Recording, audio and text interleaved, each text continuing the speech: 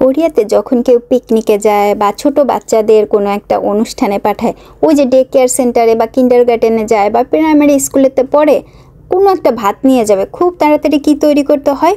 এই তৈরি করাটাই হচ্ছে যুমক ভাব। মানে এই দেখেন হাতের মুঠোতে বড় বড় করে দলা করে এই যে ভাত করা, এটাকেই বলে যুমক ভাব। তা আমি একেবারে ছোট ছোট করে একেবারে এই যে একেবারে দলা দলা করে গোল গোল করে ফেললাম। তো এই যুমক ভাবটাতে আমি কি কি দিয়েছিলাম?